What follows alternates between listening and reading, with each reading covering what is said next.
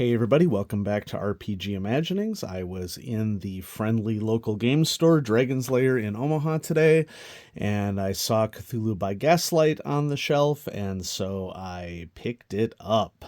And here it is, new in Shrink. This has been a highly anticipated supplement for the game. This is a new setting for 7th edition. Of course, Cthulhu by Gaslight is a classic setting for Call of Cthulhu, and let's take the shrink off first, and then we'll read the back and dive into it. I plan to do quite a few videos for Gaslight because it is one of my favorite settings, and since this is an example of a book in which all the base rules for Call of Cthulhu are contained within it. I think that this is a good opportunity to bring some gamers into the fold. Chaosium has done similar things to this with Cthulhu Dark Ages, has a full rule set in it. And so, yeah, let's read. Adventure, Mystery, and Horror in the Late Victorian Era. The late 1800s, Victorian England, mystery and adventure in fog-shrouded streets and alleyways, secret cabals pledged to bring horror and the ruin of civilization, grisly murder and wicked crimes. Cthulhu by Gaslight takes the Call of Cthulhu role-playing game back to the days of Queen Victoria, whether in Great Britain or its colonies or beyond to the banks of East Coast USA or the lands of Asia. The Victorian age brims over with wonder and dark shadows. This book introduces both new and experienced players to the Gaslight setting and the Call of Cthulhu tabletop role-playing game, and contains all the rules for creating Victorian investigators. That's something that we will do here on the channel. We will create a Gaslight investigator, as well as the basic rules of the full Call of Cthulhu game, enabling everyone to get into the action and mysteries straight away. A companion volume, the Cthulhu by Gaslight Keeper's Guide, provides game masters with Victorian age secrets and plots and ready-to-run scenarios. That is something that we will be looking forward to on the channel. And so there's a list here of what's inside. And of course, the first thing that we're going to check out, besides the gorgeous cover art, this has got to be one of my favorite cover arts for a Call of Cthulhu book. I love the Queen Elizabeth Tower there in the background. And here we have our gas lamp all ready to go. And nothing to confront the horrors with but a cane there. Hey, look at this. A map of London. Stafford's new map of London, divided into half-mile squares and circles. And, yeah, London is a very complex city, even in Victorian times. And this is a great looking map with all major areas labeled, from Tower of London all the way to St. Paul's, Hyde Park, Kensington Gardens. Looks great. Awesome map. We love a good map, and this is a good map. So yeah, cool include. All right, let's check it out. This is by Barton, Hardy, Mason, McDonald, Ross, and Wade. And specifically, let's check out our clear credit here. Karis McDonald and Mike Mason, and with contributions by William Barton and Kevin Ross, David Wade, Lynn Hardy, Russell A. Smith, Violet Fenn, Rodney Basler, Vijay Kapaki, Gary Hall, and Jason Bell. And then here's the listed authors for the previous editions. Barton and Ross were the primary authors on the prior edition. There's some artwork in here that I am very excited about, particularly Sumrow's artwork, a great artist for Call of Cthulhu and role-playing games in general. And gosh, right off the bat, what a creepy little Nessie situation that we got going on here. So the book is divided into 8 chapters, and this is really the setting and character creation and rules book for the game. We have a lengthy starting chapter about the Victorian era, especially class division in England, which is a primary driving social system.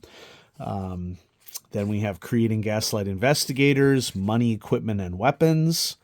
You're going to have to get used to 240 pence per pound. And then I saw an interesting video a couple of months ago about exactly why there were 240 pence in a pound, and it's because 240 is a highly composite number. And so when there are more ways to divide 240 evenly than many other numbers, and that's part of the reason for it, because for a trading economy, it was very useful to be able to do that. Victorian exploration, science, pseudoscience, and the occult, huge aspect of Victorian era. It gives heavy Aleister Crowley vibes. Chapter on London, chapter beyond London, the British Empire, and that will, of course, include Australia and Canada, and attitudes towards the colonies at the time, and then some appendices, which includes Call of Cthulhu basic rules, so that you would not have to buy a separate book in order to run Gaslight. Wow, how creepy is that? That's a cult image if I've ever seen one. Super cool. We have a foreword by Mike Mason. And then we have introduction and jump right into what is in the book. There's a huge supplementary pack PDF online for this setting, so you can check that out. Little essay here about the Gaslight era and how attuned one could be to historical accuracy. And then we delve right into what was the Victorian era like. Section on new role-playing games. I really love books that have these full color, entire page chapter beginnings like this. That's just gorgeous. Chapter 1, Land of Hope and Glory. So what was the clothing like? Details on social class.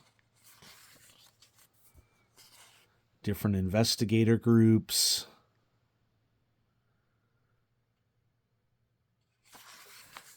Some good advice here on defying social norms, which I love doing in role-playing games. You know, folks, you're pretending. You can do whatever you want. Okay.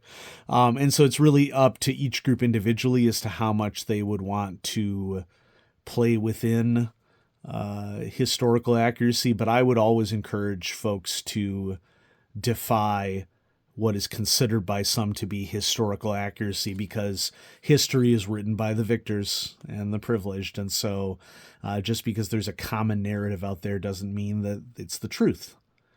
Okay. Upper classes and upper class homes. This is really critical for the Gaslight setting, because Victorian horror is just about as much about humans as it is about mythos creatures, if not more, I would argue. The class system in England is something else. And as an American, I'm not trying to bash on people overseas. You know, the way we joke here is that we actually think that the Brits are much more open about their class system. And we have a class system here in the United States, but we just try to keep it hidden. That's really the only difference. So the class system is critical for understanding how to navigate a lot of the most interesting storytelling that exists within the Victorian era. And that should not be underestimated. I really like the look of this book overall, the very subtle square sort of filigreed border gives a big Gaslight vibe. It's like you're reading a gilded book from the 19th century or something. So I'm not going to look through every single page here, but I just wanted to take a look at the basics here. I love seeing lots of detail on setting, because that is really what's going to make a new setting shine. Communications and technology, policing developing,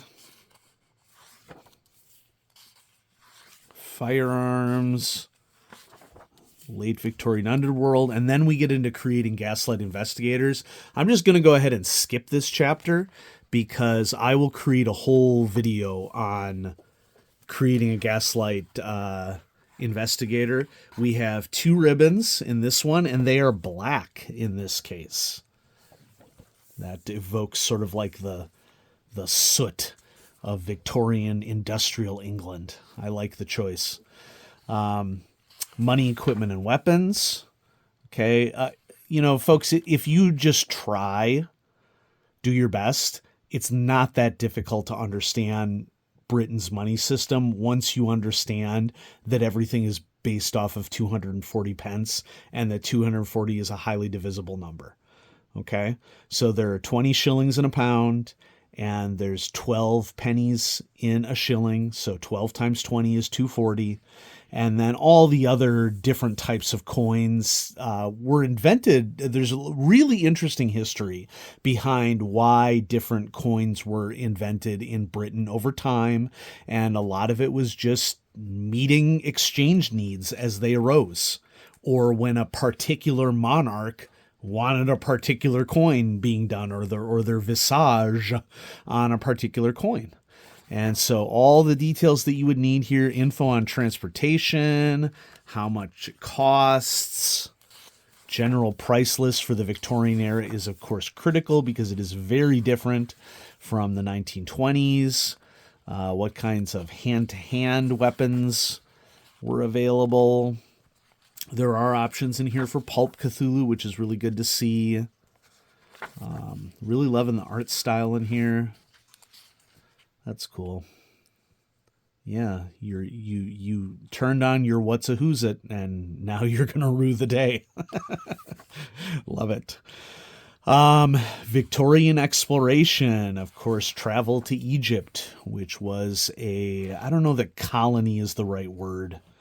We should probably, this is an example of something that I want to be historically accurate. I know that Britain had a huge presence in Egypt.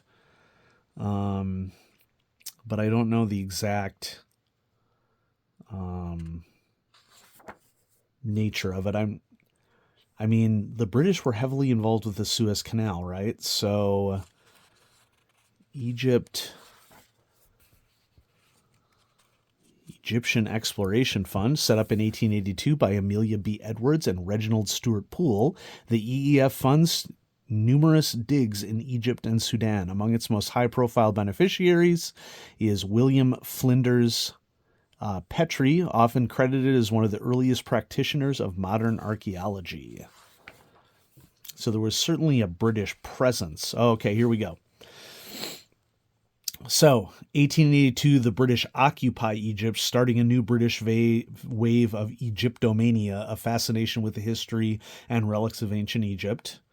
I've been to the British Museum. I've felt queasy in the British Museum, because a lot of Egyptian artifacts were stolen over time. And this is where there can be some really interesting storytelling, I would think, for Cthulhu by Gaslight, because not everybody agreed with removing the relics. And so, depending upon your group, that could be another area that you could explore. Chapter 5, Science, Pseudoscience, and the Occult. There's a huge rise in the interest of the occult during the Victorian era. Opium and optimism, medicine. Yeah, so drug abuse became a serious issue at the time.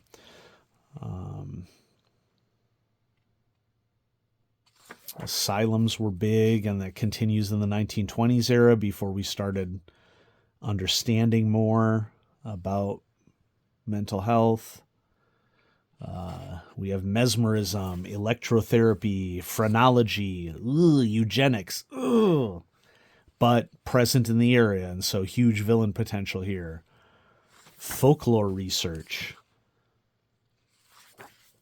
And then druids and eccentrics, Freemasonry, Rosicrucianism, Hermetic Order of the Golden Dawn, which is one of the most sought-after supplements in Call of Cthulhu history. It's nearly impossible to get at a reasonable price. It goes for $250, $300 USD online. So it's nice to see some mention of it here. Theosophical Society, and then some key members, including the incomparable Aleister Crowley. This has really strong potential to inform Call of Cthulhu play in any era, because spiritualism and pseudoscience and the occult are also major driving factors in 1920s era Call of Cthulhu too. So this is a really great supplement just to add historical depth to 1920s games. I would argue. That's just my opinion. Victorian London. I'm going to skip this one because I want you to buy the book. That's how this works. Can't show you everything. I mean, I could, but, you know. Look at this. Look at this outline around these chapter heading pages. I love that. That's awesome. Beyond London. You can check this out. I'll show you this map, though. This is a really cool map showing all the counties within England.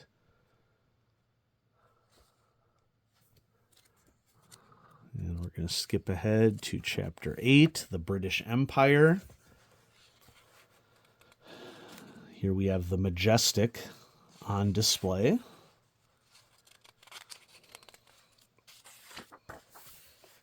Colonies of the British Empire. Anglo-Egyptian Sudan. That partly answers the question from before. Britain did have control over eastern Egypt and the Sinai Peninsula.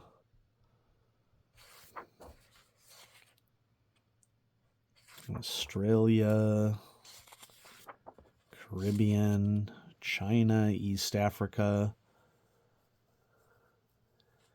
We're not pulling any punches. Good. Slavery made the British Empire extremely rich. Although Britain abolished the Atlantic trade in 1807, its citizens still owned enslaved people, 800,000 of whom worked on the sugar plantations of the Caribbean colonies.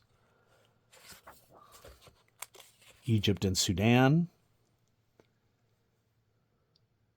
Just love the artwork style in this. It's super cool. Southern Africa, Western Africa, Canada, relationship to European countries and the U.S., Army. Wow, we're really going into deep detail here. Navy. An awesome timeline of the British Empire. And the basic rules system. Okay, so those are basic Call of Cthulhu rules, and then we have some resources here in the back. Good suggestions for further reading and watching. This is huge. Oh, look at this gorgeous Cthulhu by Gaslight Investigator sheet. And then we have one for Pulp Cthulhu, an index, which is always great to see. And the Keeper's Guide will include, this is a good little preview for us, once again, cool cover art, advice for bringing the late Victorian setting to life, villainous organizations and occult societies, new occult-based skills, spells, tomes, and rules for astral combat, 2 introductory scenarios, monsters in the Cthulhu mythos in Gaslight Britain, and scenario seeds to create Gaslight stories of your own design. We will look forward to that. And then, of course, an advertisement for Arkham, which is one of the coolest products to be released for 7th edition, hands down. I highly recommend it. I've featured it on the channel. The end page here is the full cover art all sprayed out. That's really cool. And so I hope you enjoyed, folks, this overview of Cthulhu by Gaslight, the Investigator's Guide, a highly anticipated supplement. I am really looking forward to digging into it in detail and bringing you some more videos about it. We'll definitely make a Cthulhu by Gaslight character. And, drop down in the comments below. What else would you like to see me do with Cthulhu by Gaslight for the channel?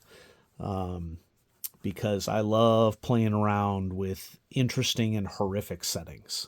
So that's it. Have a great day, everybody. Bye-bye.